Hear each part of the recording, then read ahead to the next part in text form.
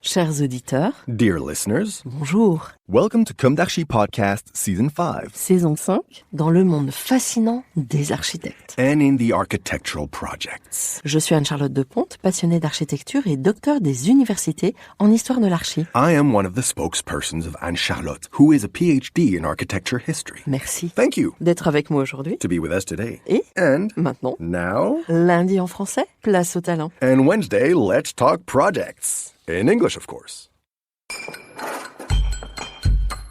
Bienvenue dans Comme d'Archi.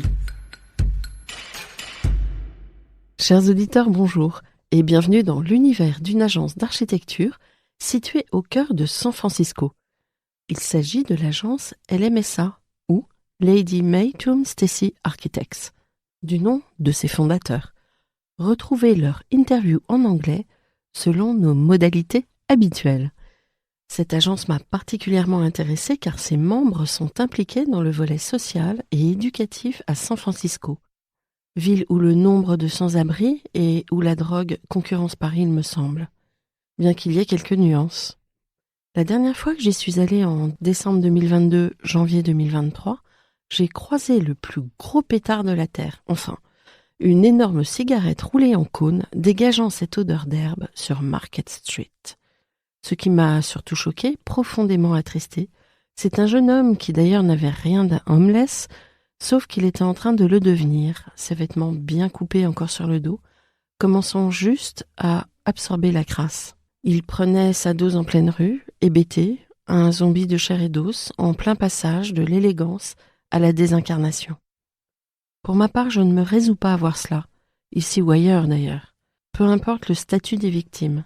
Quelle indifférence de nos sociétés qui nous impose une attitude hypocrite de soi-disant tolérance. Combien de misère et de souffrance notre urbanité fabrique-t-elle en Occident? On les croise dans la rue et que faire? Donc, aller du côté de ceux qui fabriquent la ville de San Francisco à cœur, avec un sens aigu de la responsabilité, m'intéressait. Car LMSA est un groupe diversifié d'architectes, de concepteurs, qui partagent une croyance commune, celle du pouvoir de transformation de l'architecture, et ce pour aider à ouvrir la voie à un avenir juste, sain et résilient pour tous.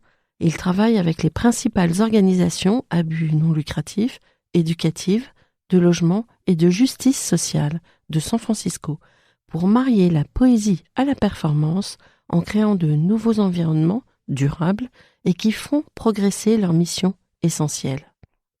Chez eux, le discours est engagé. Il est transformé en série d'actions concrètes et intenses. Comment font-ils? Eh bien, LMSA est un cabinet axé sur la transmission. Il s'engage à former des architectes complets, à l'expertise équilibrée, des leaders dans la profession et des citoyens du monde engagés. Dit autrement, comme ils ne font aucune distinction entre la conception et les autres éléments de la pratique, ils encouragent leur personnel à devenir des professionnels compétents dans un environnement de travail ouvert qui favorise une transparence éducative de l'objectif, du processus et de l'action. Pour simplifier, ils travaillent, communiquent et s'apportent mutuellement.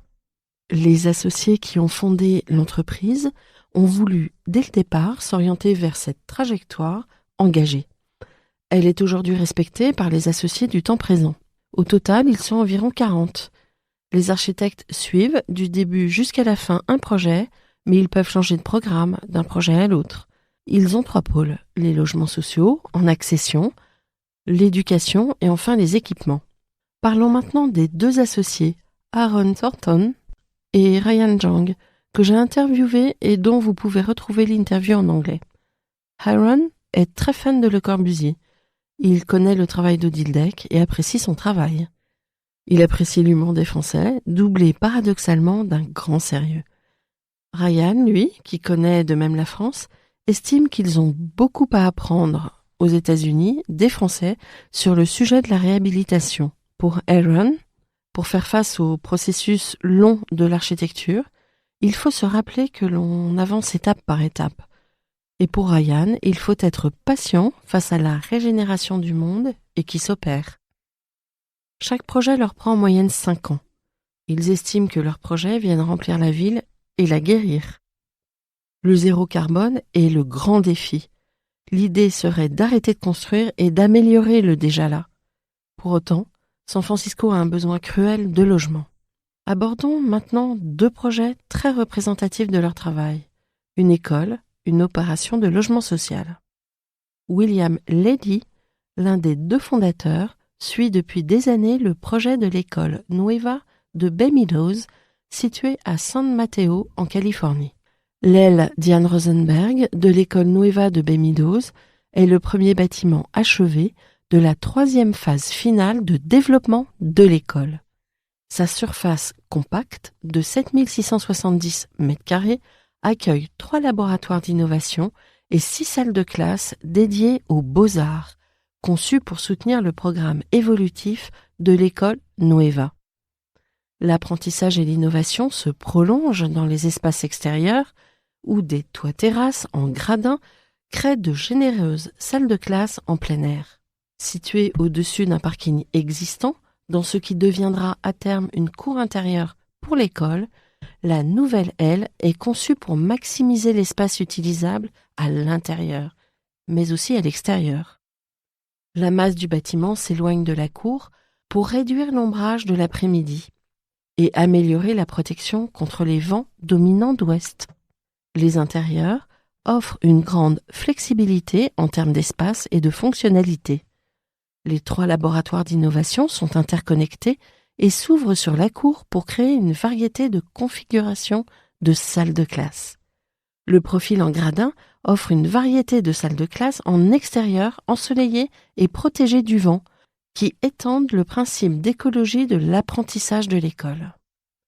C'est au 3e niveau de la terrasse qu'un déflecteur de vent sur le toit protège les espaces extérieurs du vent dominant d'ouest, tout en offrant une protection solaire aux espaces d'apprentissage extérieurs. Conformément à la mission de l'école, qui promeut la gestion de l'environnement, et à la conception générale du campus, le bâtiment est un modèle de vie et d'apprentissage à faible émission de carbone. L'objectif étant d'obtenir la certification LEED Gold. Cette école aujourd'hui est un grand succès et beaucoup souhaitent y confier leurs enfants. Passons au projet d'habitation. Offrant une vue imprenable sur la baie, le projet du 735 Davis propose des logements abordables pour des personnes âgées anciennement sans abri ou à revenus moyens, sur le site de l'ancienne autoroute de l'Embarcadero. Le long de cet Embarcadero, dans le quartier historique de Northeast Waterfront et à côté du quartier historique de Telegraph Hill, ce nouveau bâtiment propose 53 logements. La façade en briques s'intègre parfaitement dans le contexte environnant. Le rez-de-chaussée offre des espaces communautaires, un café et encadre un passage public au milieu de l'îlot. Une peinture murale réalisée par l'artiste de San Francisco Britt Hens, Dock of the Bay, célèbre les couleurs de la baie, du pont et du ciel. Le 735 Davis est certifié Greenpoint Platinum. Il est immédiatement adjacent au projet Broadway Cove qui comprend 125 logements familiaux. L'agence précise, l'achèvement de ce projet novateur concrétise la vision de John Stewart pour ce qu'il appelait la mère de tous les projets à usage mixte, c'est-à-dire une communauté abordable et inclusive avec des logements pour les familles et les personnes âgées, des résidents allant des anciens sans-abri aux milieux manquants, des services de soutien pour tous les résidents et un centre de garde d'enfants à revenus mixtes sur place, le tout sur un terrain public avec une vue inégalée et la proximité de la baie. Car à San Francisco, et présentement, il n'y a pas assez de logements accessibles. Le prix des maisons est quasi le plus haut du monde. L'agence LMSA a construit 2000 logements depuis 2020 dans la ville et dans la baie. Maintenant, la ville a pour objectif d'en construire 10 000 par an. Leur manière de fonctionner ? LMSA travaille avec des bailleurs. Ces derniers candidatent et proposent des projets chaque année pour obtenir des fonds, notamment de la part de la ville. LMSA répond en produisant des logements adaptés pour des communautés fragilisées.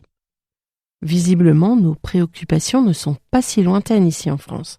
Espérons qu'en Californie chill, la fabrique de la misère s'enraye grâce au projet résilient des architectes. Je nourris autant d'espoir pour l'Île-de-France, car il me semble que Paris actuellement est une ville bien plus sale, bien plus exclusive et plus agressive. Ici, pas de langue de bois, je vous dis tout ce que je pense. Chers auditeurs, merci pour votre écoute. Retrouvons-nous dès la semaine prochaine pour un sujet sportif cette fois-ci et dans le cadre des Jeux Olympiques 2024. D'ici là, prenez soin de vous. Au revoir.